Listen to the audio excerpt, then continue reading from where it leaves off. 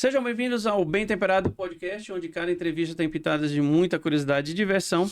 Como já me conhece, sou Marco Souza e o nosso convidado é uma pessoa que tem uma trajetória marcante na segurança pública e também na política e serviço social. Um militante na luta pela segurança e recuperação de jovens em situação de vulnerabilidade. Vida dedicada tanto ao combate à criminalidade, tanto na construção de oportunidades para quem precisa. Nosso convidado é o Capitão Samuel. Capitão, bem-vindo ao nosso podcast. Bom dia, boa tarde, boa noite, né? Quem estiver nos assistindo, né? À disposição. Eu vou apresentar, todo mundo conhece o Capitão Samuel, mas é o Samuel Alves Barreto, natural de Malhador, pequena cidade aqui do Sergipe, bacharel em Direito e bacharel também em Segurança Pública, pós-graduado em Segurança e Cidadania, capitão da Reserva da Polícia Militar. Foi deputado estadual, também deputado federal, atualmente presidente da Fundação Renascer e também responsável pelo batalhão da... Fugiu o nome? Restauração. Da Restauração. Assistência, que nós vamos falar um pouco sobre isso, um assunto muito forte, porque a gente vai tratar aqui de segurança pública, que é um drama para todas as cidades aqui no Brasil, não tem como falar isso, mas também tem um outro lado, infelizmente, que a insegurança pública causa e atinge jovens e a população que sofre com essas consequências, o capitão conhece a fundo. Mas para a gente começar quebrando o clima e sendo um pouco irreverente como a gente sempre faz, Capitão Samuel, o que é mais bagunçado de uma forma organizada, a caserna de um batalhão ou o plenário da Assembleia? Ai, rapaz, eu acho que a Assembleia, sabe? O plenário de uma Assembleia é bem bagunçado o negócio por causa da representatividade popular. Então, lá você tem que realmente ser meio bagunçado, tem que ser meio misturado, porque a Assembleia Legislativa, a Câmara de Vereadores, a Câmara Federal, são os representantes do povo. Que povo é esse? É do negro, é do branco, é do pardo, é do gay, é do evangélico, é do católico. Então, por isso que são várias tribos que precisam de representação e realmente tem lá no parlamento estuda e vira um pouco uma bagunça organizada. Eu queria contar um pouco toda a sua trajetória, primeiro vindo da Polícia Militar. Hoje a gente vê ainda muitos jovens preparando fazer o concurso. Nós temos hoje uma das polícias militares com um pouco mais de equilíbrio em todos os estados. Tivemos aqui o coronel Fernando Góes, do GTA, depois passou o Tenente Santos Júnior, do GETAM. A gente já fez uma boa entrevista contando a história do GETAM. Mas o senhor tem uma trajetória, como foi isso? Assim, vou brincar de polícia e ladrão é uma coisa mais séria. Não, rapaz, é o seguinte, a minha profissão é serralheiro. Eu, de 11 até os 21 anos, eu fazia portão de ferro, solda. E aí, com 21 anos, eu decidi, como todo pobre, correr atrás de uma coisa mais segura. E o concurso público dá ao pobre não a riqueza, não talvez aquilo que ele sonhe, mas dá uma segurança de não passar fome. Esse é o concurso público. E eu fui em busca disso. E na busca disso, fiquei soldado em 1991. Entrei como soldado da Polícia Militar. Já em 2007 passei a ser oficial da PM. E aí a vida que segue dentro da polícia. Agora, eu nunca sonhei, nem minha família queria que eu fosse policial, até porque naquele tempo ganhava muito pouco. Teve ideia, o soldado tinha direito à cesta básica. Repare, como ganhava pouco, que ainda no final do mês tinha que levar uma cesta básica para casa. Mas graças a Deus isso tudo tem mudado, tem melhorado. Foi uma época do Fusquinha 38. Só para você ter ideia, Aracaju toda tinha 3 veículos rodando. Era o Zona Norte e o Zona Sul. E um oficial que fazia fiscalização. O restante era todo mundo a pé, a famosa dupla Cosme e Damião. Eu mesmo tirei muito serviço ali na Praia de Atalaia, no antigo tropeiro, tirei no Alto da Jaqueira, serviço de dupla, 2 soldados, um soldado e um cabo, esse era o serviço. naquela época a formação era uma formação básica, né? A formação já foi nível muito básico, depois passou para nível médio. Já como deputado eu coloquei para ser nível superior, para soldado e oficial. Mas esse ano, seguindo o estatuto aprovado em Brasília, voltamos ao nível médio para os praças e para oficial ficou nível superior em direito. Trabalhou no policiamento ostensivo, aquele de tá na parte mais pesada? Trabalhei num bocado. Eu trabalhei no choque, trabalhei no trânsito, trabalhei com inteligência, né, serviço de inteligência. Mas no trânsito foi, por exemplo, quando eu fui comandante do trânsito aqui de Sergipe, foi na época que a gente aplicou a lei seca. Né? E tem um detalhe interessante, que quando teve a lei seca, né, todos lembram, que era um prende-prende de gente dirigindo no Brasil inteiro, e Sergipe não tinha isso. Porque eu era o responsável por aplicar a lei seca aqui e eu priorizei a educação. E aí a gente fazia blitz e acontecia, já que é coisa engraçada para apimentar, botar uma. Tava numa blitz da praia, né? Eu vi um carro lá na frente, rapaz, a uns 500 metros parado. E a blitz, ela seca rolando na praia de Atalaia, né? Aí, rapaz, chamei um soldado e disse, rapaz, vamos ver aquele carro, tá estranho. Aí eu fui, cheguei lá, parei, olhei. Aí tava o passageiro, né, e sem motorista. Aí eu perguntei para o cara, digo, aí, amigo, boa noite, tudo bem, tá o quê, né? Cadê o motorista desse carro? É isso que eu quero saber. Eu tô aqui bêbado e ele me abandonou. Ele era o próprio. Muito engraçado ele. Eu achei legal você falar isso, porque acho que às vezes melhor do que a repreensão é a orientação, né? É educação. Olha, só para você ter ideia, nós levávamos um soldado até a blitz, pegava, como esse foi um caso, nós colocávamos um soldado dentro da viatura, dentro do carro do cidadão, levava ele em casa, tirava a chave, dava para a esposa e um outro soldado ia de moto e trazia ele. Então as primeiras blitzes em Sergipe que nós fizemos da lei seca realmente foram educativas. Então nós passamos 45 dias educando o povo sergipano de que a lei seca vinha, que era muito dura as suas penalidades, porém eles precisavam se adequar. Inclusive vários bares da orla, nós fizemos reuniões. Diante disso que eu fiz na companhia, eles contrataram motoristas e ficavam nos bares quando o cliente saía, que mandava levar em casa, o motoboy trazia de volta. Então foi um tempo legal da polícia quando nós passamos pelo trânsito. Eu vou falar mais lá na frente sobre polícia, porque aí tem um momento que já chegou ali a capitão, né? E aí faz uma transição para ir para a política.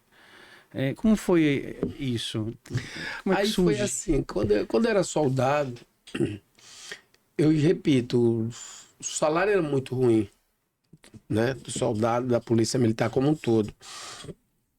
E aí, quando eu cheguei ali, não era nem capitão, era primeiro-tenente.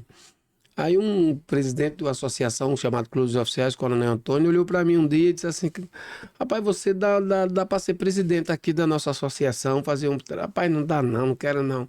Rapaz, você gosta de falar, você gosta de estar se expressando, não se conforma, você é meio rebelde pela situação, então acho que você seria um cara... E me convenceu a assumir a SOMISE, que é uma associação dos militares. E aí eu transformei a SOMISE, né? Peguei com 100 sócios. Quando eu saí em 2010, tinha 6 mil sócios. Quase a polícia toda era sócia da associação. E começamos uma grande luta por valorização, tanto do salário do policial militar mesmo, mas também do serviço prestado à sociedade. E essa junção de você, por um lado, dizer, olha, nós ganhamos pouco. Nós precisamos de melhoria salarial. Nós não estamos com a nossa família sendo tratada como deveria. Nós queremos tratar a sua família da forma correta.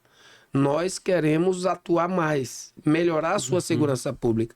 Com essa junção, a sociedade começou a se envolver. E aí nós fizemos o maior movimento da história da Polícia Militar dos seus 190 anos. E nesse movimento foi quase um ano de luta, prende Samuel, solta Samuel, prende Samuel, solta Samuel. E aí nós tivemos o maior aumento da história, aumento salarial. Foi em torno de 300% de reajuste de um acordo só. Então foram praticamente 6 meses com a polícia para não para e eu segurando e tal, e com o apoio da sociedade. E aí foi para a política essa transição justamente por isso. Quando nós conseguimos essa luta sindical, a tropa decidiu, não, nós temos que ter um deputado estadual ou federal. Aí se decidiu que eu ia para estadual, e aí a tropa foi que elegeu. Para você ter ideia, o meu custo de campanha na minha primeira campanha, eu gastei R$16.000. E eu sou o segundo deputado mais votado da história do estado de Sergipe. Você falando isso mostra o quê? Que realmente, quando a gente vai para os plenários, são representatividades de segmentos, né? E muitas vezes as pessoas confundem, nessa série que a gente está fazendo aqui no Bem Temperado, em relação a entender como funciona um vereador, como funciona um deputado, um senador, é que a representatividade não é de bloco, porque ali vocês estavam como representantes da Polícia Militar para buscar direitos, condições para que a Polícia Militar devolvesse para a sociedade o que a sociedade precisa. É legal falar também, uma pressão que eu tenho, por conta de trabalho, eu rodo alguns estados, a Polícia Militar de Sergipe, ela tem uma boa imagem com as pessoas. A gente não vê as pessoas... vai ter um outro que fala da polícia, mas não é tão atacada quanto outras. A gente não tem escândalos na polícia aqui relevantes, né? É uma polícia que a sociedade, como você fez lá, ela abraçou e fala, esses caras são que cuidam da gente aqui, né? A gente vê muito isso. A instituição tem muito disso. Eu acho que a valorização fala muito, né, pelas condições que a Polícia Militar também tem para atuar junto à sociedade. Eu acho que é uma somação de esforço do governo do Estado, comando, estratégia correta, com um planejamento adequado, com a formação, né, indo num caminho do correto. Uma polícia também é muito firme também. Por exemplo, Sergipe é um dos estados do Brasil, Sergipe e Alagoas, que esses crimes organizados, Comando Vermelho e tal, não chegou. Não se cria em Alagoas e também não se cria em Sergipe. A Bahia está acabada. A Bahia invadiu de vez e o Nordeste todo. Mas Sergipe não. Isso é fruto de uma polícia que não tem medo de defender o cidadão e ir para cima. E a polícia de Sergipe hoje vai muito para cima. Eu vejo a polícia muito integrada com a sociedade, frequenta, no caso, criança que quer um aniversário, eles vão lá, o tenente o Santo Júnior da Jeitan disse, olha, Jeitan, a gente vai em escola, é bem recebido, as crianças gostam de ver isso. Recentemente eu vi no Instagram da Jeitan, as crianças, eles chegam com a mão, as crianças correm para cima, porque é uma visão legal que a gente tem da lei de um servidor público que está ali para, principalmente Carta de Segurança, nos proteger, e na hora que vocês devolvem, vocês ganham defensores. Porque a sociedade vai defender a polícia e não vai aceitar que, assim, estraguem a imagem. Como a gente vê em outras polícias, infelizmente, em outros estados que tem escândalos.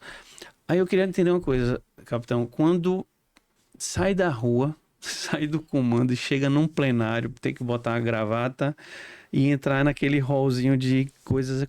Como foi chegar na Câmara de Deputados com a Assembleia Estadual com as ideias e ser um representante da segurança pública que vai mexer com muita coisa lá dentro, né? Vai incomodar grupo. Olha, na verdade o Poder Legislativo Estadual, ele tem muito pouco poder, por incrível que pareça.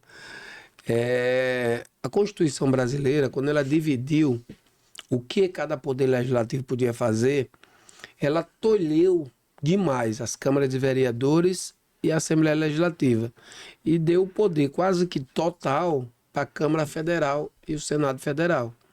Então isso precisa ser dito para a sociedade.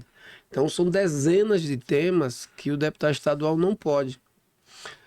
A depender da lei orgânica do município, tem Câmara de Vereadores que, determinados temas, ela tem mais poder de fazer uma legislação, regular alguma convivência da sociedade daquele município, do que o deputado estadual regular o mesmo tema para o estado inteiro. Então, colocando essa dificuldade, logo quando nós chegamos e percebemos isso, muitos temas relevantes a Assembleia não pode tocar, não pode mexer. Nós abrimos o gabinete era das classes que eu defendia, então policiais militares, associação, depois policiais civis, penais, viviam lá no meu gabinete. Era um gabinete à disposição dessas entidades da segurança pública para lutar por benefício, lutar pela classe, lutar pelaquela situação, que foi para isso que eu fui eleito. E mais aí somou-se a isso também o aprendizado de diversas outras classes que nos procuravam, diversas situações, pessoas com diversos tipos de temas que nós íamos abraçando com a independência que sempre tive na Câmara, na Câmara Legislativa, de atender gregos e troianos. Então, é aquela coisa, é a democracia na sua essência. Eu queria entender um pouco, porque quando vem aí da segurança pública, e a primeira parte é importante, vamos frisar isso, é da qualidade a quem presta esse serviço à sociedade. Mas aí depois já começa também buscar trabalhar para mexer com a segurança pública, porque vocês vão vendo coisas erradas. Estão no dia a dia, não. A gente precisa de investimento, a gente precisa de batalhão com melhor qualidade, viaturas com melhor qualidade. Começou a fazer esse trabalho também? Começamos. Olha, isso incomodou também? Incomodou porque é o seguinte, foi muito bem votado, então o governador respeitava, né? O gestor tinha o respeito pela quantidade de votos que nós tivemos na eleição. Isso criou uma força política muito grande, a Polícia Militar, né? E aí nós conseguimos aprovar diversas coisas que a polícia nunca teve. Só para você ter ideia, um soldado se aposentava como cabo. Ele não conseguia passar disso, né? A farda, nós comprávamos a nossa farda. O Estado não dava. A gente tirava hora extra e não recebia pela hora extra. Eu lembro de problemas, principalmente no Precaju, que saía. Nós não tínhamos carga horária definida de trabalho. Era o coronel dizia, vai trabalhar 10 dias, 10 dias. Então, tudo isso nós regulamos quando passamos pela Assembleia Legislativa. Então, foi feito um plano de carreira, onde o soldado hoje vai até o final da sua carreira como subtenente, o oficial vai até coronel, né, quem passa no concurso de oficial. Você tem o auxílio uniforme, que não precisa, que o Estado dá todo ano para que a pessoa... EPI, né? O EPI. É um EPI. Mas para você ver, a gente tinha que comprar. Então, o uniforme, o ticket de alimentação, que o valor precisa melhorar, mas está lá, que a gente se alimentava de qualquer jeito, aonde desce. Então, foram várias. Um policial, por exemplo, para se aposentar, se estivesse respondendo um processo por injúria, por exemplo, uma briga de vizinho, ele não se aposentava, esperava terminar o processo e se aposentar. Não tinha a questão do princípio da inocência durante o processo. Então, nós conseguimos avançar nesse sentido também. Então, foram dezenas de avanços na carreira que nós conseguimos enquanto deputado estadual, conversando, dialogando, né, com todos os entes interessados e abrindo portas junto ao governo do Estado para que realmente isso acontecesse. Capitão, a sociedade também lhe procurou com ideias? Porque eles sofrem, né, com isso e vem com... A gente precisa de um posto aqui na nossa comunidade, a gente precisa de um patrulhamento. Conseguia fazer isso? Conseguia, ele procurava muito, né? Mas é aquela coisa... Quando a sociedade nos procurava, nós procurávamos o comando, geralmente atendia. Essa questão de posto, essa questão de viatura, de rondas, eventos festivos que necessitava de policiamento, né? Então, eu acho que nunca teve dificuldade disso enquanto nós passamos por lá. Foram 3 legislaturas, 3 mandatos. Tem aquele projeto que é Menina dos Olhos, que você guarda, esse foi o meu melhor, ou alguns melhores. Que você fala, esse aqui, eu tenho minha assinatura ali embaixo. Rapaz, olha, eu gosto de botar o meu primeiro projeto de lei, quando eu cheguei logo na Assembleia, foi uma emenda à Constituição que eu aprovei, visando a segurança do cidadão. E não foi para a Polícia Militar o primeiro projeto, a primeira PEC que nós aprovamos. Ela era o seguinte, até eu chegar na Assembleia, o município, para ter guarda municipal, ele tinha que ter 50 mil habitantes para ele constituir sua guarda municipal. E isso, praticamente, você só deixava 5 municípios poderia ter guarda municipal. E eu entendia que a guarda municipal é um serviço que ajuda muito na segurança pública. Auxilia muito a Polícia Militar nesse combate do dia a dia ao crime, né? E aí nós aprovamos uma PEC tirando essa vedação. Então, eu gosto muito dessa PEC porque foi a minha primeira, né, projeto de lei, foi uma PEC que deu o direito a todos os municípios que desejassem assim, que tivesse a sua guarda municipal.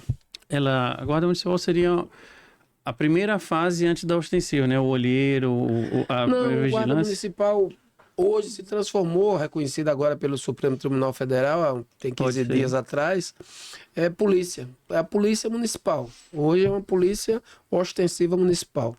Quando a gente fala, capitão, de segurança pública, a gente mexe com muita coisa no submundo disso, né?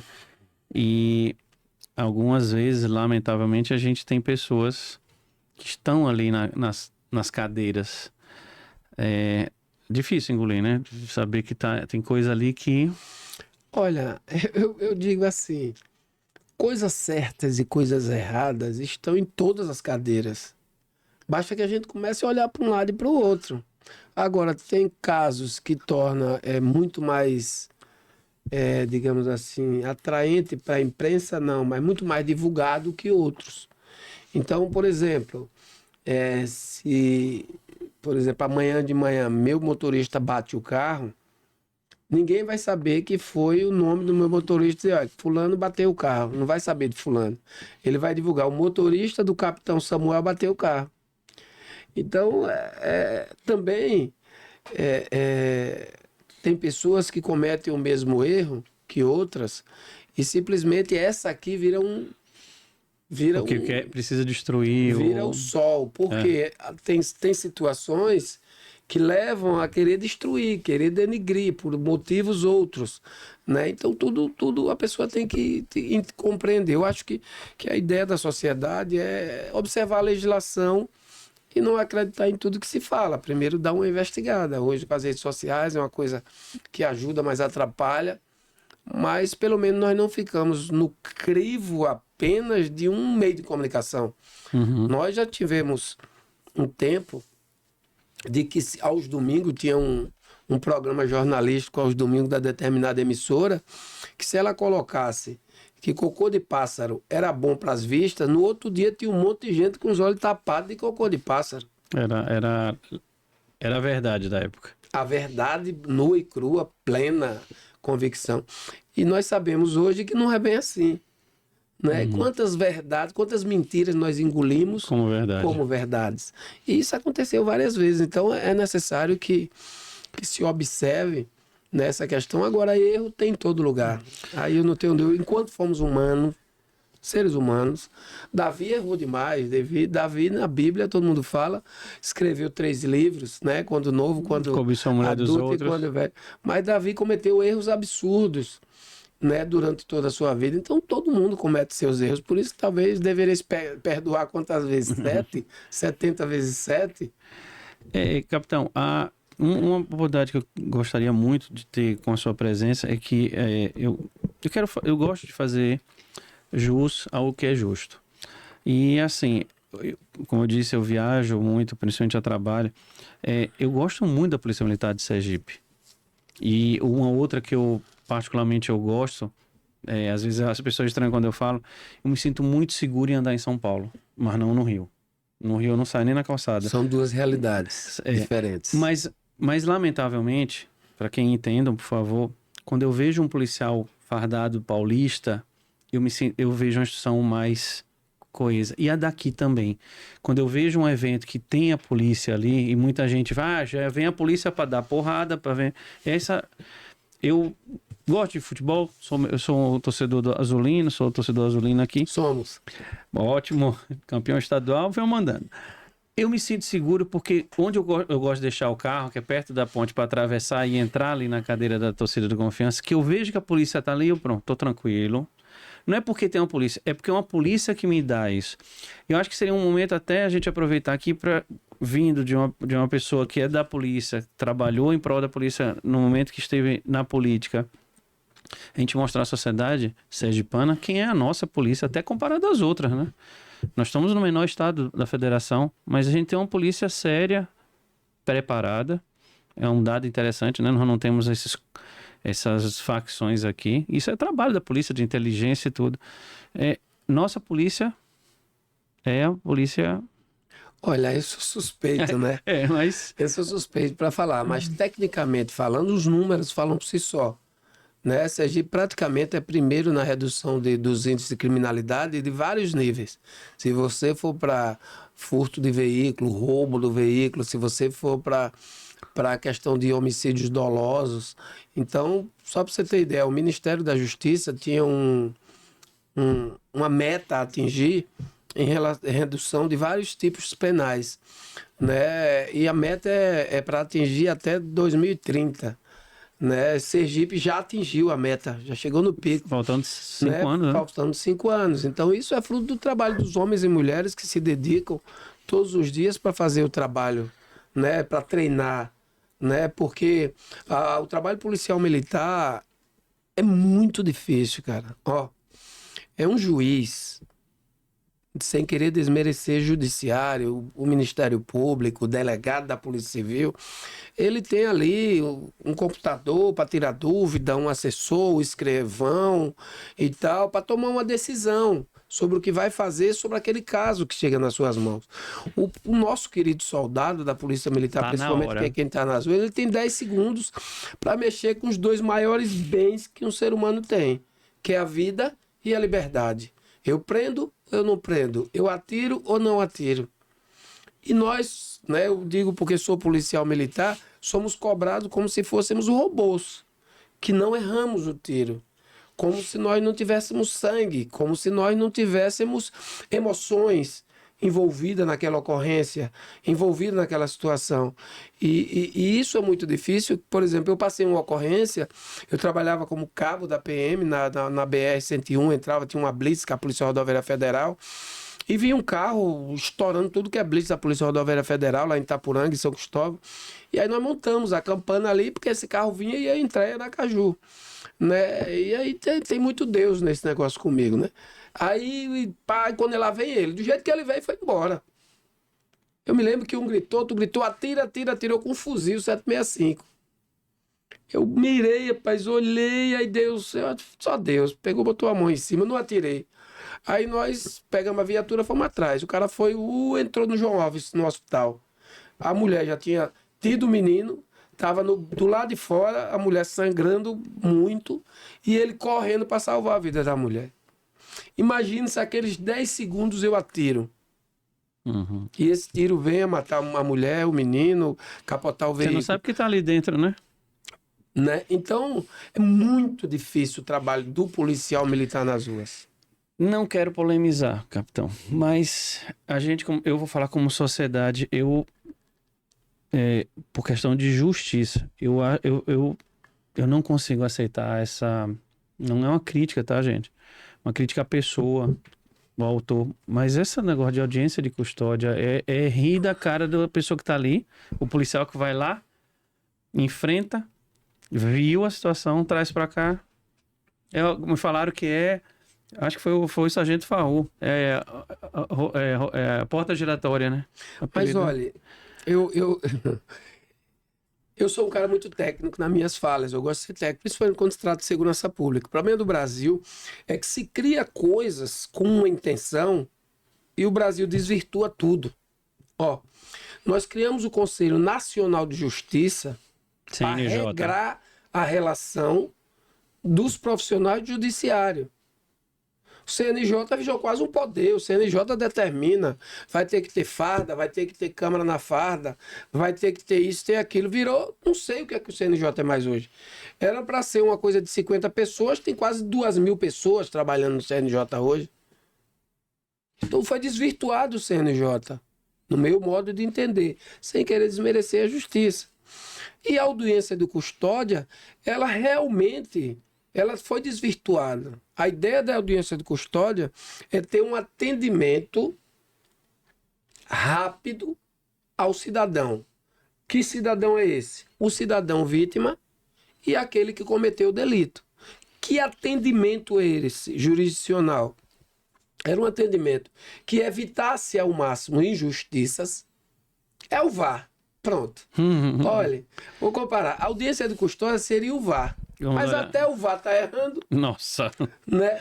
E aí se ficou essa coisa que a audiência de custódia é para soltar bandidos. Não é bem assim, soltar bandidos então, fazendo a apenas. correção. Né? Agora, se desvirtua, porque também o juiz é um ser humano.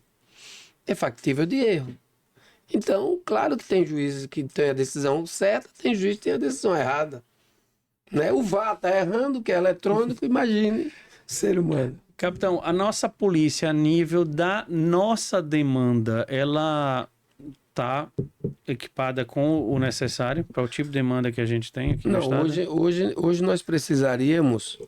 Hoje nós temos em torno de 6 mil homens da Polícia Militar. Hoje o efetivo deveria ser em torno de 9 mil homens, de acordo com as boas práticas de policiamento preventivo. Claro que com as novas técnicas, com a chegada das guardas municipais, praticamente todo município tem guarda municipal, isso reduziu um pouco da necessidade do policiamento ostensivo. Com algumas legislações que nós criamos, como passando pela Assembleia, por exemplo, evento fechado. Foi o evento fechado, seja ele público ou privado, o organizador do evento tem que contratar a segurança, não é policiais militares. Então nós ficamos do lado externo, ficamos caso tenha uma necessidade, uma coisa assim maior. Então, claro que hoje o policiamento, repito, eu tirei serviço de Comes Damião, era a pé, hoje são viaturas, então ninguém trabalha mais a pé. O serviço de inteligência, novas tecnologias foram criadas.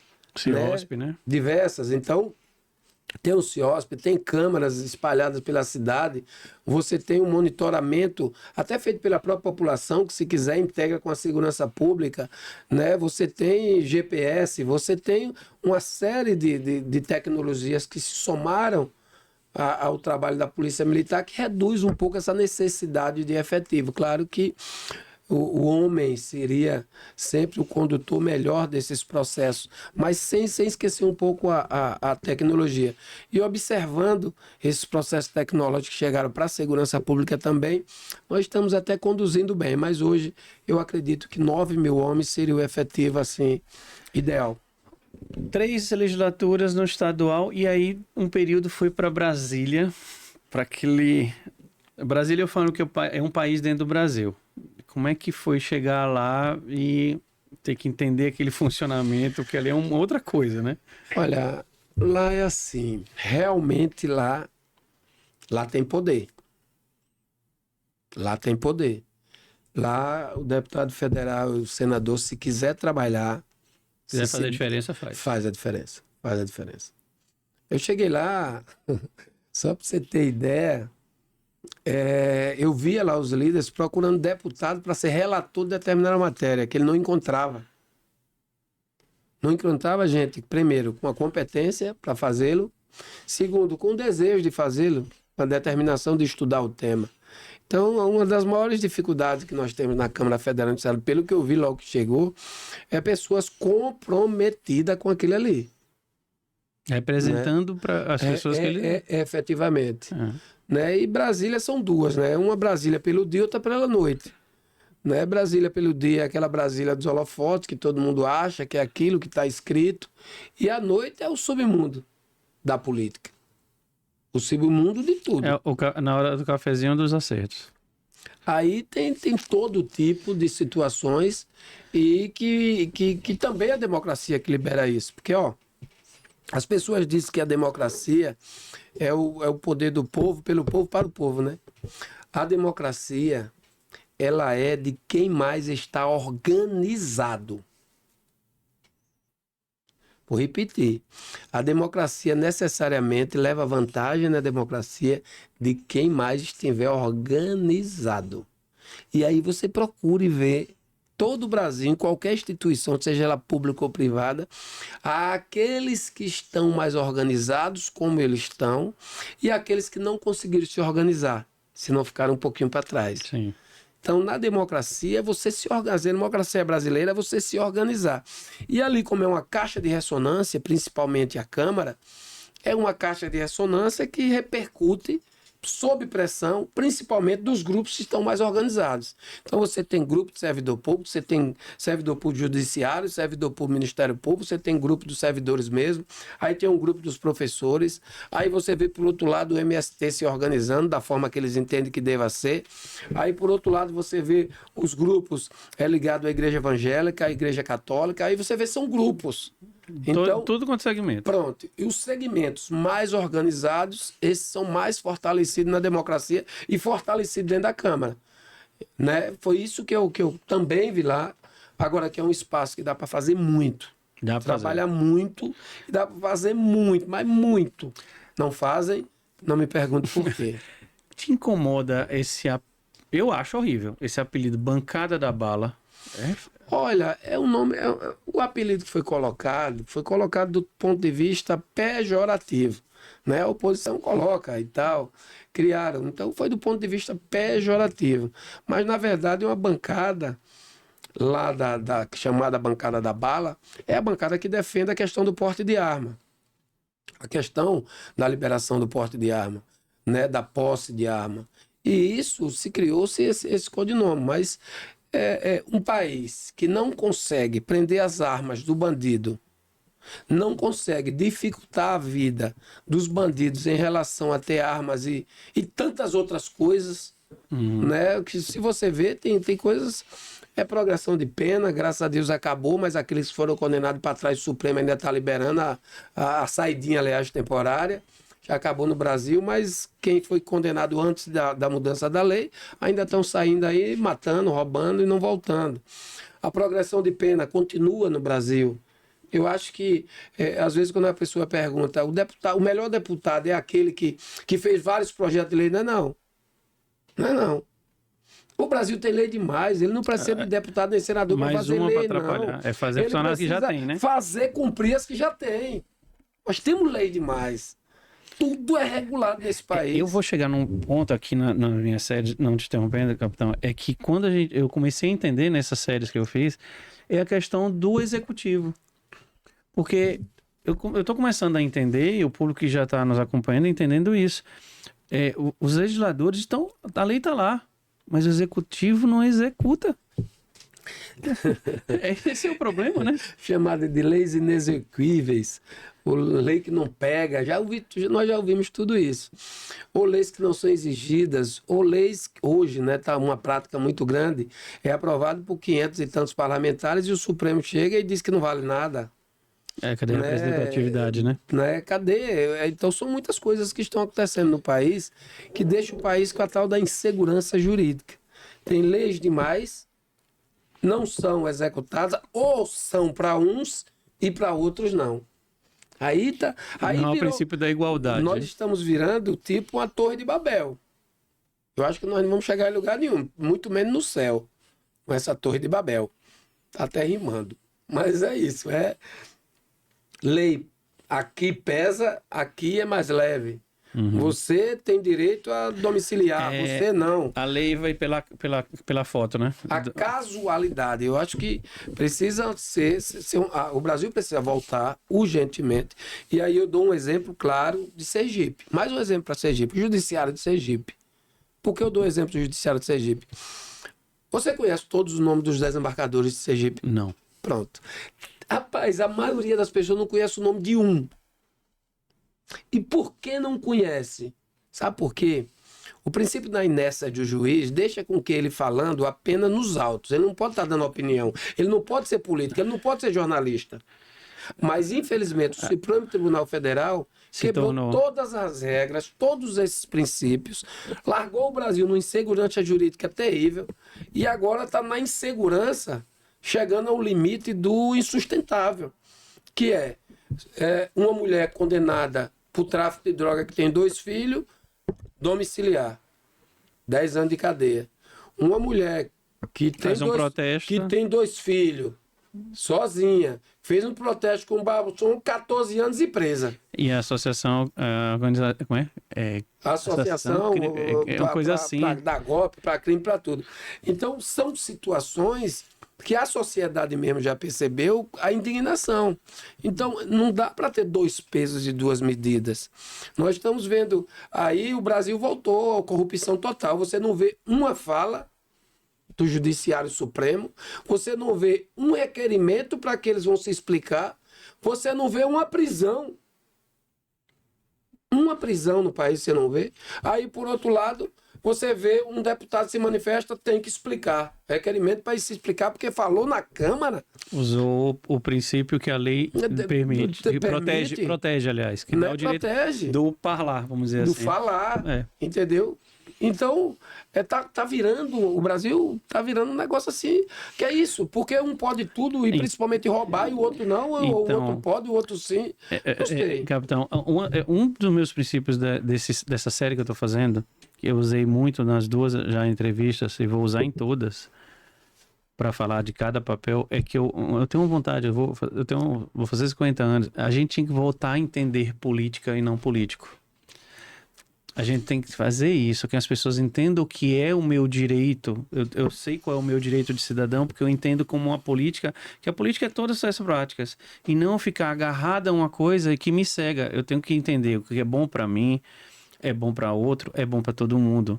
A gente tem que ter isso. Tem uma coisa muito ruim que está acontecendo na sociedade, é aquela coisa, o meu é bom, o seu é ruim. Então, se eu cometo um equívoco, mas eu tenho minha torcida, é passar pano. É um lápis. Quando é do outro lado também. Isso é um erro gigantesco que a sociedade está cometendo. É a polarização. Amigo, a polarização tem que ser, que tem, eu sou Flamengo, você é Corinthians, beleza. A gente pode ser no esporte, a gente pode curtir o esporte. Agora, paixão você tem que ter pela sua esposa. Amar, você tem que amar sua família. Adorar, você tem que adorar a Deus. Essa é a minha visão. Eu acho que as pessoas precisam tirar o emocional do político. O político que falam corretamente ou politicamente corretos, falam outra coisa. Foi política, você tem que agir com a razão. Única e exclusiva. A justiça, o justo. É o justo. Amigo, olha, eu gosto de você, Capitão Samuel. Você ganhou para deputado, mas eu não gostei disso, não voto mais em você. Vou fazer justiça, vou dar meu julgamento em relação a você. E continuo gostando de você, mas aqui não, mané. Eu acho que temos que agir assim. E não ficar essa loucura de parecer que é torcida de time organizado. E aí o senso coletivo acaba. O senso coletivo acaba, porque você vai passar pano, vai defender. Isso. Meu amigo, defenda a sua família. Vou agora tirar o Capitão Samuel, o deputado, o político, e aí sai da legislatura e entra num lugar que aí eu queria que as pessoas conhecessem, que eu também não conhecia. Eu já conhecia o seu trabalho ali na Câmara, tudo, mas eu não conhecia esse lado, hoje presidente da Fundação Renascer, que pouca gente conhece, viu? Eu vou ser franco. Pouca gente sabe o que é a Fundação Renascer, e o senhor é presidente. E o que é isso? Além da Fundação Renascer, e tem o batalhão da restauração, é um trabalho. Primeiro, o Renascer é vinculado ao poder público, ao Estado. E o outro é um trabalho filantrópico, que é de uma das mazelas que o mundo vive, e o Brasil não fica fora. E às vezes eu fico assistindo aquele programa na Discovery, que é Área Restrita. A droga da droga. E aí, o senhor vive diariamente com um dependente que é simplesmente a consequência da falha, né? Do Estado, da sociedade. E tem que cuidar disso. Como chegou? Saiu da questão ali da política e agora vai para o trabalho social, trabalho humanitário e cuidar de pessoas. Olha, na verdade, o trabalho com o Batalhão da Restauração fez com que o governador me escolhesse para cuidar dos adolescentes infratores. Né? Então, finou indo para a Fundação Renascer, que é o local onde os adolescentes que cometem infração penal, eles vão para lá até 3 anos e tal. Então, o governador viu eu cuidando dos adultos e veio cuidar desse aqui. Então, nós estamos na Fundação Renascer cuidando dos adolescentes, transformamos as unidades. Durante esses 2 anos, nós estamos lá em escolas, porque eu entendo que é educação, ponto. não tem o que falar mais, quer restaurar uma pessoa, quer recuperar uma pessoa, quer dar uma oportunidade para a pessoa, educação, ponto. Você quer ter futuro, educação, ponto. Não tem mais o que falar. Então, por que transformar as unidades em unidades de educação? Justamente por isso. São adolescentes que precisam de oportunidade, nunca tiveram uns pai, outro mãe, outro viveiro de abrigo, e não tiveram carinho. Então é carinho e educação. Educação, carinho, mais educação. Esse é o mote da Fundação Renascer hoje. A gente teria... Falou bem isso, né? O adolescente, eu tenho duas filhas de 14 e 11 anos. Quando se pede a referência dentro de casa, aí é na hora que vem aquela figura e recruta para o que é errado. Porque se for, fala assim, minha filha for fazer uma coisa, não, tem pai e tem mãe, vai falar, não, você não vai fazer isso. E lamentavelmente, a gente tinha aquela, para quem lembra, nós tínhamos a FEBEM. Que é hoje a Fundação Renascer. Só que a FEBEM era o quê? Era para dar porrada, não ensinava nada, não dava futuro, aliás, preparava para o cara ficar mais revoltado. A FEBEM era um criadouro de gente para o presídio. Preparava o adolescente para ir para o presídio. Porque não tinha...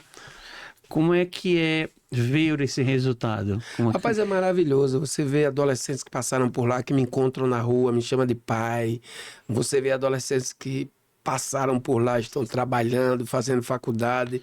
Então, por exemplo, hoje a Fundação Renascer, ele passa por lá o período dele, até 3 anos, mas nós acompanhamos ele até 1 ano depois que ele sai de lá. Hoje nós temos cursos profissionalizantes para ele e para a família dele também. Hoje a Fundação Renascer, todos aqueles que nós acolhemos, nós vamos atrás da família dele para fazer a reinserção familiar. Entender o que aconteceu, né? Entender o que aconteceu, o que faltou, se tem casa, se não tem, busca auxílio aluguel na rede de apoio, busca tentar qualificar a família dele, busca correr atrás de emprego, para que quando ele sai, ele encontre um lar, que é o que falta para esses adolescentes. Então, a Fundação, nós conseguimos, né, com o apoio do governador, da primeira-dama Érica Mitidieri, transformar a Fundação Renascer nisso. Educação na veia, 24 horas. A Fundação Renascer, como é que a sociedade, que eu quero deixar o batalhão da restauração por último, que eu sei que é o... vocês vão entender, mas não dando spoiler. Mas assim, como a sociedade pode ajudar na Fundação Renascer primeiro? Porque apesar de ser do Estado, ela pode... Tipo, o empresário, ele pode fazer um convênio lá e, olha... o menino, eu posso dar uma oportunidade aqui em meio período. Pronto. Nós temos lá o projeto que não é o primeiro emprego, é como se fosse, na verdade, é o primeiro estágio, com parceria com o Ministério Público do Trabalho, que nós disponibilizamos estágio para todos os jovens que estão lá. Como é que o empresário pode ajudar? Dando essa oportunidade. Então, independente do regime que ele esteja, nós buscamos essas oportunidades no mercado de trabalho e mesmo ele estando no aberto, no fechado, no semiaberto, eles fazem estágios em empresas públicas, empresas privadas. Então, o privado pode ajudar muito disso, dando assim uma oportunidade, porque é o que se pede. Às vezes a pessoa não tem um emprego, vai bater uma hora o desespero, ou não tem da orientação, vai fazer a besteira. Seria um sonho ver ela não existindo? É o caminho. Cada vez menos. Cada vez menos, é o caminho. Isso prova que está conseguindo. Olha, você tocou num assunto muito importante. Tem as pessoas que me perguntam por que a socioeducação no Brasil inteiro está reduzindo cada vez mais as suas unidades e a quantidade de adolescentes que nós acolhemos. É justamente pela excelência no trabalho. Não está tendo a residência. Não está tendo a primeira e a residência. Pronto, não está tendo a reincidência. Hoje nós reduzimos muito a quantidade de adolescentes que passam para o sistema prisional, ou seja, ficam adultos e vão para o presídio. Reduzimos a reincidência e reduzimos a quantidade de adolescentes infratores. Isso tudo também voltei para a educação, a questão do ensino integral no país. O ensino integral no país é uma coisa muito, mas muito importante para reduzir a violência entre adolescentes. Porque cabeça vazia, oficina do diabo. Eu vou fazer uma crítica pessoal. Com 15 anos, quando eu completei 15 anos, meu pai chegou assim, seu aniversário é amanhã, né? Vamos ali para buscar seu presente. Aí eu, nossa senhora, vai ser... O que que eu vou ganhar? Capitão, eu fui pro calçadão das Laranjeiras, ali não tinha um Ministério do Trabalho, para tirar a carteira de trabalho. Foi meu presente. Isso é que é um pai. Ele falou assim, a partir de... Como seu aniversário é na quinta, você começa a trabalhar a segunda. Sua mesada troca de nome, passa a ser salário, ele é maior. Tem uma diferença, não tem complemento quando você gasta. Agora aprenda a controlar. Com 17 anos eu comprei uma moto. Com 18 já tinha um carro. E hoje a gente não vê, não pode, né? A lei não permite. Então deixa solto, né? Tem que Essa legislação ela precisa ser pensada, porque, por um lado, a legislação veio para proteger abuso contra criança e adolescente. Por outro lado, ela reprimiu um tipo de educação que os pais davam e que não era abuso. saber o valor do dinheiro, do trabalho, da dignidade, né? Pronto, então, são coisas porque é o seguinte, eu voltei para o Brasil. A lei é feita até com boa vontade, aí desvirtuou. Essa é mais uma.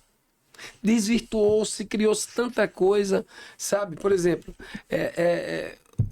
me diga se você é dono de uma quitanda, uma merceariazinha pequena.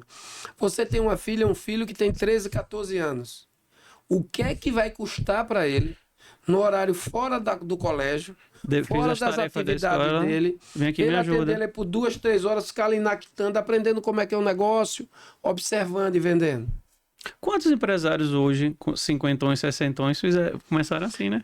Eu, claro que não foi com 14 anos, eu fui com 11. Com 11 anos eu estava numa oficina aprendendo a ser serralheiro. Com 14 anos eu já era profissional. Aí hoje o ensino em tempo integral não é só para formação educacional, mas é meio que para não deixar estar exposto, hoje, né? o ensino integral, o que precisa é melhorar a qualidade do ensino público, que no Brasil...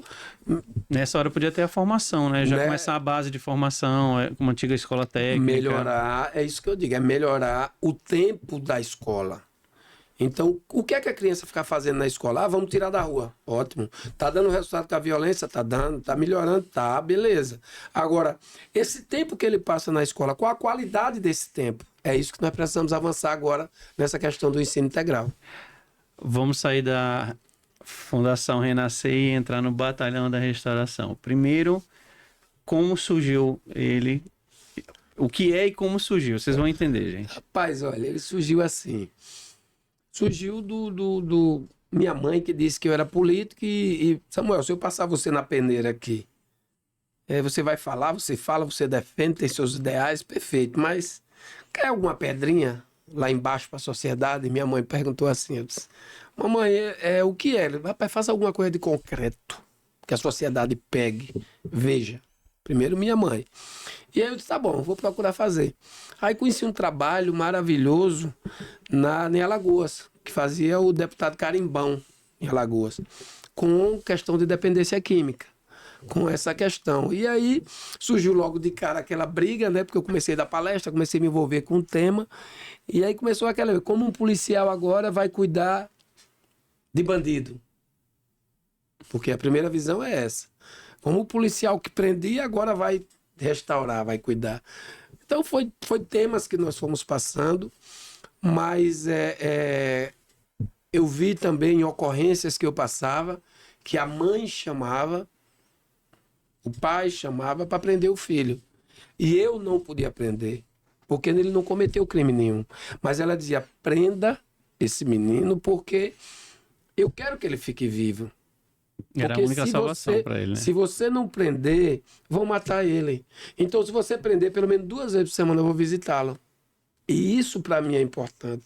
Leva ele preso. Eu já tantas mães, todo policial já passou por isso. Isso também me consumia um pouco. E aí foi que apareceu esse mundo da dependência química para mim, que é um universo. Aí comecei com a comunidade terapêutica masculina, foi para a feminina e aí seguiu.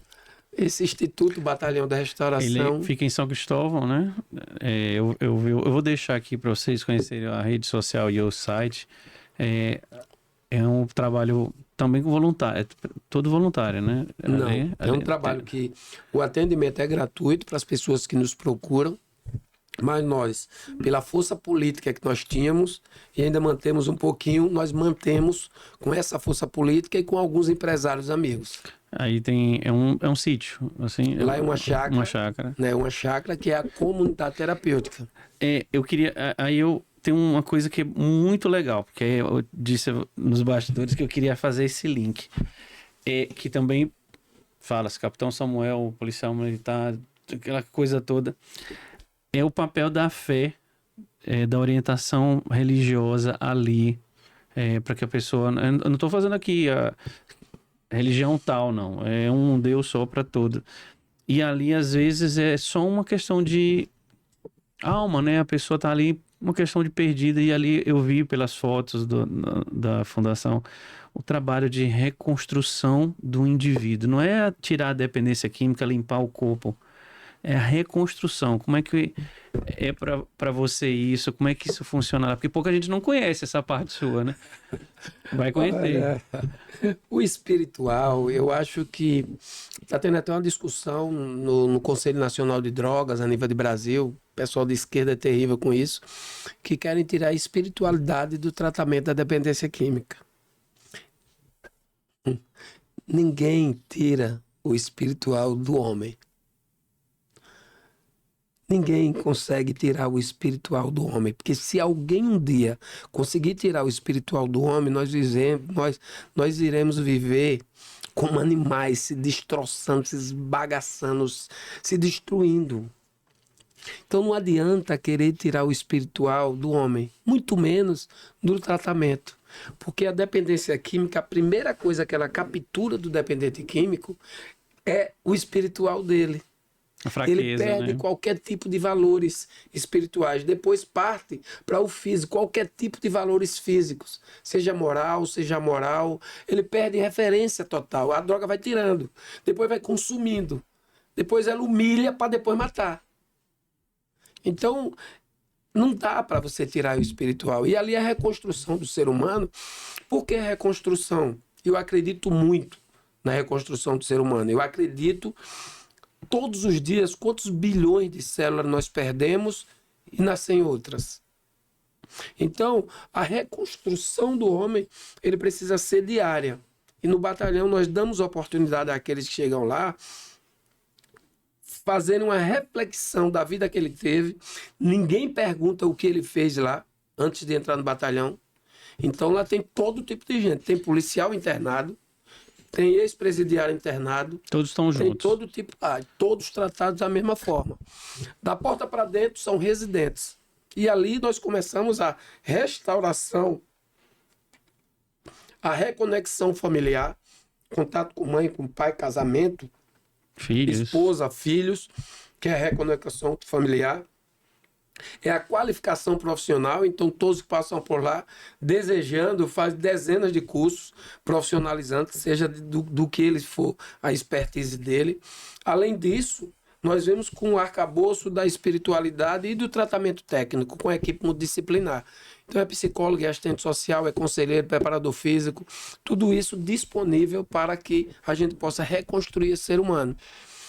E o dia a dia que nós estamos lá, que nós passamos lá, percebe claramente que com carinho, com dedicação, com amor, com Deus à frente, nós conseguimos. Vocês precisam que as pessoas busquem ou vocês também vão a lugares, palestras, vão a comunidades? Olha, palestra eu já parei um certo tempo por tempo, porque as pessoas só querem que eu vá palestrar. Aí tem que ser Capitão Samuel. Aí é muito difícil. Às vezes eu mando um assistente social, uma psicóloga, até pessoas competentes, até mais do que eu, mas as pessoas querem o Capitão Samuel pelo exemplo. Não, o capitão é a figura. Uhum. Aí eu até parei por falta de tempo mesmo. Mas nós tanto os acolhemos, como também fomos buscar. Por exemplo, hoje de manhã eu cheguei no batalhão, de manhã me chega um rapaz lá, né? Aí tá lá. Nada documento, só um papel rasgado na mão. Aí eu olhei para ele, cheguei, né, rápido lá de manhã. Aí eu olhei para ele, ele tava falando: olha, me ajuda, eu quero se internar, eu não aguento mais. Aí começou a contar a história. Ele saiu de Lagarto, de carona, e de pá, pegou de um monte de carona, foi pro batalhão direto, em São Cristóvão. Chegando em São Cristóvão, lá não interna. Lá você fica internado, mas tem que passar pelo administrativo, questões legais. veio a pé, de lá de São Cristóvão até a Avenida Maranhão aqui em Aracaju. A pé. E sorrindo, feliz, que eu encontrei vocês. Ele feliz porque encontrou e dava um abraço. E eu digo, rapaz, que vontade você tem de ser reconstruído. Que vontade você demonstra. Então, situações dessas que nos emocionam, nos deixam muito felizes. Capitão, a sociedade, ela tem esse poder, né? Não precisaria... Cada associação, cada grupo...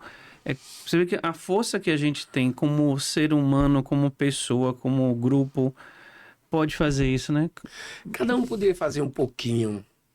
Sabe? Eu trabalho com mães atípicas também na questão da situação dos autistas. E eu falo muito. Se você tiver um vizinho que tem uma família típica, se você tiver um colega, rapaz, faça um pouquinho. Dê um carinho, dê uma atenção. Mas tem pessoas que precisam ser ouvidas, cara. Esse negócio de drogas, da dependência química, tem pessoas que queriam só dizer boa noite. Você está bem? Você tem certeza? Olha, é engraçado que às vezes uma palavra como essa tira o cara do chão. Você boa noite. Boa noite. Boa noite, meu irmão. Por exemplo, às vezes... Eu vou te contar uma coisa, capitão. Contar aqui, acho que foi 2016. Eu simplesmente cheguei e falei assim, eu não vou mais comemorar aniversário. Eu tinha uma escola de culinária e aí eu fiz um grupo e disse assim, era o mesmo grupo que eu fazia todo ano, vai ter o churrasco. Fiz primeiro o grupo, falei, o grupo para o meu aniversário. Aí, opa, eu falei, calma, agora eu vou explicar o que vai ser. Vocês vão ser as minhas mãos pra gente fazer sopa, né? Eu quero comemorar meu aniversário entregando sopa na rua. Infelizmente, algumas pessoas preferiram sair do grupo. Mas eu lhe confesso uma coisa. Depois de um culto, num domingo, eu resolvi, eu vou chegar em casa, vou cozinhar alguma coisa. Passei numa lojinha, comprei comida e saí procurando. Fiz só uma marmita. E encontrei uma pessoa chamada Felipe. E aí eu levei roupa e falei assim, Felipe, encontrei, perguntei o nome dele, fez uma barraquinha, um carrinho de compra. Você já comeu, Felipe? Eu perguntei o nome, Felipe, eu falei, você já comeu? Eu disse, olha, tem aqui marmita, tem roupa. E aí eu disse para ele uma frase que eu vi de um cara chamado Joel J. Eu disse para ele assim, Felipe, cuida dessa roupa que eu tô te dando. Outro dia eu vou te encontrar de novo. Tá aqui, tem água, tem comida. Aí ele agradeceu e falou assim, eu preciso voltar para Deus. Aí eu falei para ele, bota o pé que Deus bota o chão. Isso que você falou, uma pessoa, faça com uma. Aí outra pessoa faz com outra. Outra pessoa faz com outra. Outra pessoa faz com outra. A gente mexe. É empatia. Isso. Nós precisamos ser mais humanos uns com os outros. Eu costumo dizer que eu cuido dos invisíveis. E por que eu digo invisíveis? É que parece que as pessoas não estão preocupadas com nada além da sua própria vida. Meu umbigo. Com o meu umbigo. E só porque o problema chega também no seu umbigo. Chega também na sua casa. Chega em todas as casas. Então, a gente precisa fazer... não, porque você é evangélico, porque você é católico. Eu não estou falando disso. Eu estou falando de você ser humano. Você poderia ser eu. Poderia ser eu. Poderia. Você não sabe aonde você vai estar amanhã. Quais as condições que nós estaremos amanhã. Então, eu mesmo preciso de todo mundo. Eu digo aos meninos que eu acolho, eu digo, eu vou precisar de vocês, viu? Vai precisar de quê, capitão? Eu vou precisar de vocês. Então, eu preciso de todo mundo. Então, a gente precisa ter na mente que, independente de você ter dinheiro ou não, você ser melhor ou não, você ter uma expertise melhor, você com comida, eu não sei cozinhar nada, mas de alguma forma nós vamos precisar um do outro. Nós vamos precisar um do outro. Eu acho que isso a gente precisa praticar mais, ensinar mais às nossas crianças. Você que tem filho, você precisa ensinar mais a sua família, aos seus filhos, porque Provérbio 2:22 diz assim, ensina o caminho reto, né? Que quando crescer, não se desviará dele. Então, eu acho que a gente precisa ensinar mais o caminho reto para nossas famílias. E a melhor forma de ensinar, aí eu trago um pouco para o lado militar, né, que tinha uma frase no Cefap que dizia que a palavra convence, o exemplo arrasta. Então, a melhor forma de você ensinar o seu filho é dando o exemplo. Essa não tem jeito. E a melhor forma de perder um filho é dando sim. Eu tenho um grupo, né, que a nível de Brasil, aqui eu sou o coordenador, que é o Amor Exigente. Conta, Né? quero saber isso. Se alguém quiser aprender um pouco sobre amor exigente, vai na internet e bota lá, Amor Exigente. Você vai aprender como desse mundo da dependência química, mas também você vai aprender a conviver com pessoas diferentes de você. Porque, olha o nome, Amor Exigente. E aí nós chegamos em Deus. Olha, todos nós somos criaturas de Deus. Mas filho, Deus exige uma coisa para que a gente seja filho dele. A gente tem que conhecer a palavra. A gente tem que chegar nele para ser filho. A gente só por existir e ter vida, a gente é criatura. Né? Criatura de Deus. Então a gente precisa. Então o amor exigente é baseado nisso. É você exigir, você amar, você abraçar, mas você também saber como faz isso. Então quem puder entrar no amor exigente, são dicas maravilhosas. E lá ensina a questão do sim pernicioso e do não educador. É uma criança, por exemplo, que está em numa igreja, e ele vê esse bombom aqui, lá na mesa do padre, ele começa a querer, começa a gritar lá no meio. E tá lá a mãe lá com ele no braço, pequeno, e ele, eu quero, gritando. A mãe com vergonha já dele tanto gritar na igreja ali, acabando com a missa, ou acabando com o culto, e tal, ela vai... Se acale, meu fofo. Fofinho ficar caladinho. Esse sim estragou. É muito pernicioso. Estragou. Porque você vai estragar o seu filho, e quem vai dizer não para ele é a sociedade. E a sociedade não tem pena. O não, ele vem rasgando. Agora, o não educador é, meu filho, olha, não é meu seu. querido, olha, eu vou até perder o culto. Vou perder o culto. Viu, meu querido? Mas aquele bombonzinho ali, você não come. E quando chegar em casa, a gente conversa. Perde o culto. Chega em casa e diz, meu filho, televisão, desligada por uma semana. Querido, rua, vai não. Não vai brincar com os coleguinhas, vai ficar em casa pelo menos por 5 dias. Fofo, aprenda a se comportar na rua. Você não sabe o quanto isso vai ensinar o seu filho. Então tem pessoas que para se livrar de uma coisa simples, começa a dar o sim pernicioso e aí leva a sociedade para onde está hoje. Me conta uma coisa, tem uma história, chegou para mim, de seu trabalho na rede social. Você tem lá o YouTube, tem o seu programa.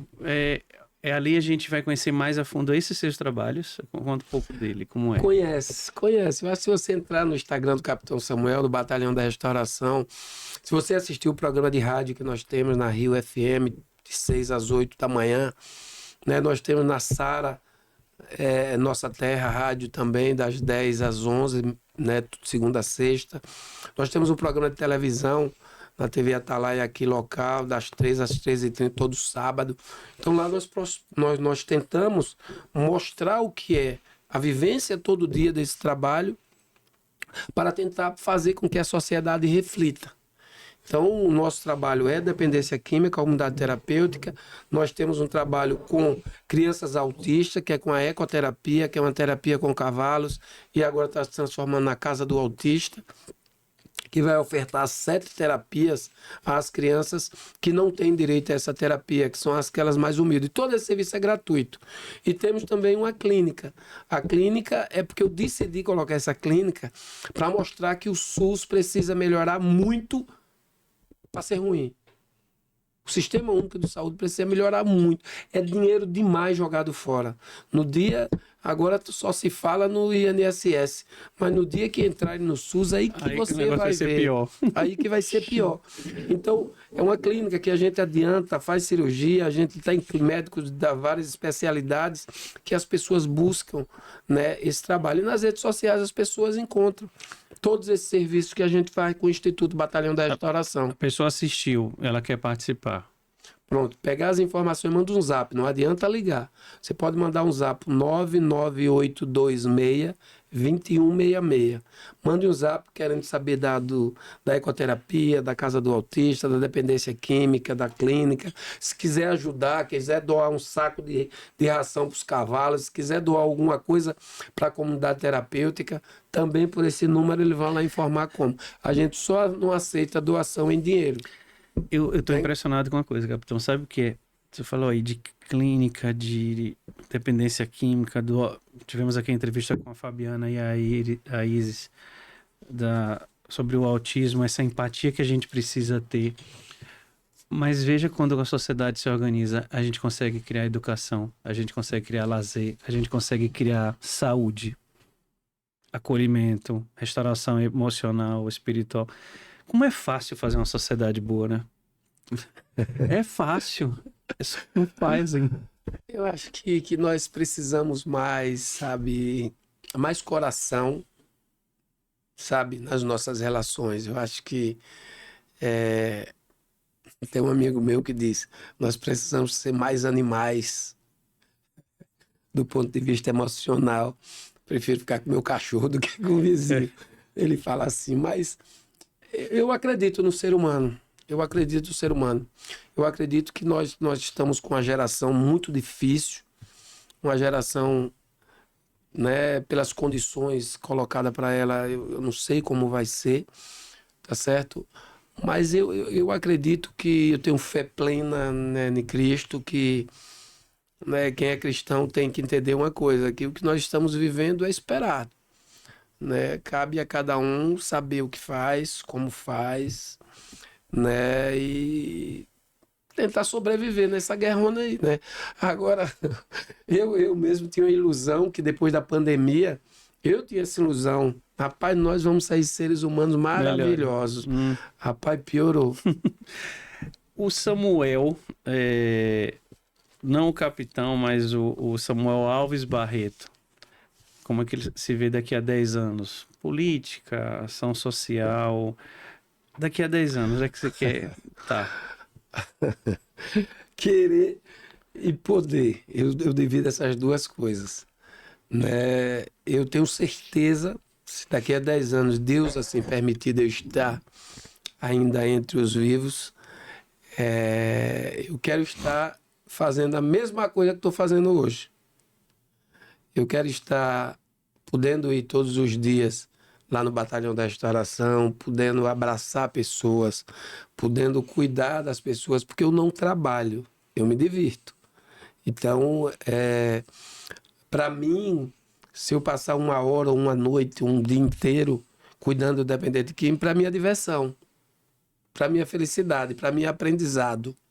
Sabe, se eu passar cuidando do cavalo por uma noite, às vezes o cavalo, problema de saúde, dor de barriga, você fica 24 horas dando soro, trabalhando, não dorme. É maravilha. Se você faz uma reunião com a mãe atípica, estressada, já doida para xingar você, aquele negócio, eu fico olhando, começa a rir, eu digo, que maravilha. Eu quero estar assim, desse jeito, exatamente como eu estou hoje. Não quero nem mais, nem menos. Missão. Pronto. Agora você falou uma palavra muito forte para mim. Missão é diferente de trabalho. Missão, quando você incorpora com uma missão. Eu vou ser um cara melhor com minhas relações. Isso é uma missão de vida minha. Você consegue. Você consegue. Você tem que incorporar como missão de vida. E a minha missão de vida me deixa muito feliz fazendo o que eu faço. Então, se daqui a 10 anos, quer estar fazendo o quê? A mesma coisa. Como? No mesmo lugar. Do mesmo jeito. Eu sou feliz. Quando a gente chega no final da entrevista, capitão, a gente sempre pergunta duas coisas aos convidados, para a gente fugir um pouco do tema da entrevista, para ficar dentro do Bem Temperado Podcast. O Samuel tem alguma comida, um prato, alguma coisa que é forte para você, ela tem um valor sentimental, ou só a questão da lembrança, que é aquela comida que lhe para? Cuscuz com ovo. Cuscuz com ovo é a minha comida diária, Não tem jeito, e desde que eu me conheço por gente. Apesar de hoje o ovo tá caro para danar, né? Mas era a comida mais assim, porque eu vou lhe explicar o porquê disso também, né? Quando eu vim morar em Aracaju, eu tinha 11 anos, eu morava no interior com minha mãe. Nós fomos morar numa favelinha chamada Baixa Fria, ali no bairro Suíça, perto do Campo Sergipe.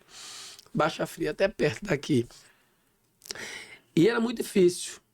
Minha mãe trabalhava em doméstica e eu tinha 3 irmãos, éramos 4, né? E aí um trabalhava aprendizado vendendo roupa, minha irmã no centro, numa lojinha. Um irmão trabalhava como ajudante numa capotaria de carro, de banco de carro, de couro. O outro irmão era numa serralheria que findou me levando para eu ser serralheiro também. E a vida não era muito fácil. E cuscuz com ovo era comida. E até hoje eu adoro cuscuz com ovo. Não me venha com caviar, que eu quero meu cuscuz com ovo. Nunca vi nem comi, eu só ouço falar. E tem aquela que não como por nada nesse mundo. Não me venha que isso aqui não desce. Rapaz, um alimento que não me desce de jeito nenhum. Deixa eu ver, rapaz. Ou é avestruz, como de tudo. Eu sou um pouco avestruz, cara. Eu como quase de tudo. Mas eu pensando assim que eu olho... Eu não gosto de maçã. Olha, minha diz que é bom pra garganta, tudo. Mas a maçã, rapaz, só se for quando tiver muito ruim a garganta. A textura. Tá, não gosto de maçã, não gosto. Samuel, vou deixar de chamar, porque aqui a gente viu não o militar, a gente viu o ser humano, principalmente assim, a gente percebeu sua emoção quando a gente fala de pessoas e cuidar de pessoas. É legal quando a gente traz aqui para entrevista pessoas que a gente acaba conhecendo além daquela figura pública. Não que seja político, a gente trouxe aqui o Paulo Bedeu. Boa, foi meu professor de voleibol.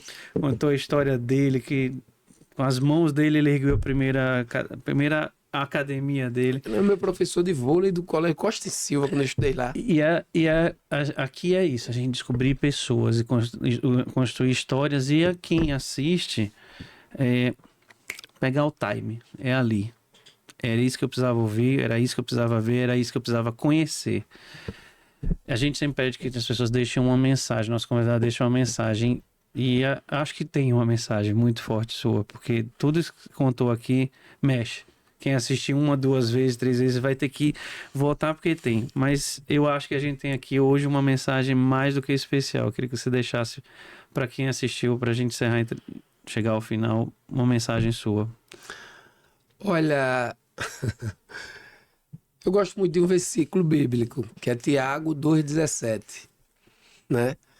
Fé sem obra é morta.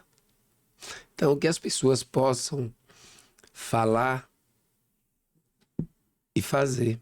Que as pessoas tenham empatia nas redes sociais, que apresente nas redes sociais alguém, mas seja no dia a dia essa pessoa. Não basta só falar, não basta só dizer que é. Seja verdadeiro, seja sincero, sabe? E comece a viver mais próximo, pegando na pessoa, do que por rede social. Então, eu deixo essa frase, esse versículo bíblico que eu acho assim, maravilhoso. Como diz Deus, né? Como diz Jesus, né? Muitos dirão glória, glória, glória, mas quando eu chegar eu vou olhar e dizer, não te conheço. Então, tem muita gente que fala uma coisa e faz outra. Então, pratique o bem e faça o bem. Deixou o recado. Hoje eu vou fazer bem diferente, que a gente sempre agradece, mas eu faço questão hoje de te agradecer pela entrevista, porque traçou muita coisa forte que a gente precisa. Eu acho que o mundo, não Sergipe, não Aracaju, o mundo precisa da principal palavra hoje, que é a mais valiosa: empatia. Eu tenho falado demais essa palavra aqui. A empatia vai fazer a diferença. A gente precisa entender e vestir, tá bem grandão assim na camisa. Se você for empático com tudo, as coisas ficam leves. Eu acho que faz isso. Muito obrigado, Capitão Samuel, por ter vindo, ter aceitado o nosso convite, ter contado essa linda história lá do militar, o menino de Malhador que veio para cá, e construiu isso. Teu trabalho na política e principalmente teu trabalho para a sociedade. Te agradecer muito por isso. Muito obrigado, que Deus abençoe. Obrigado mesmo pelo espaço. Para você que assistiu o Bem Temperado Podcast, agradecer como sempre aos nossos patrocinadores, Tioli Casa da Música, presente em cada episódio, ajudando. Nossa audiência, você que acompanha esse episódio e acompanha os outros que já foram lá, vai lá, curta, dá seu like, comente, compartilhe, se inscreva se não é inscrito. Isso ajuda a trazer mais informações. E a gente se encontra semana que vem, como eu sempre digo, com mais um bate-papo bem temperado. Valeu, pessoal. Obrigado.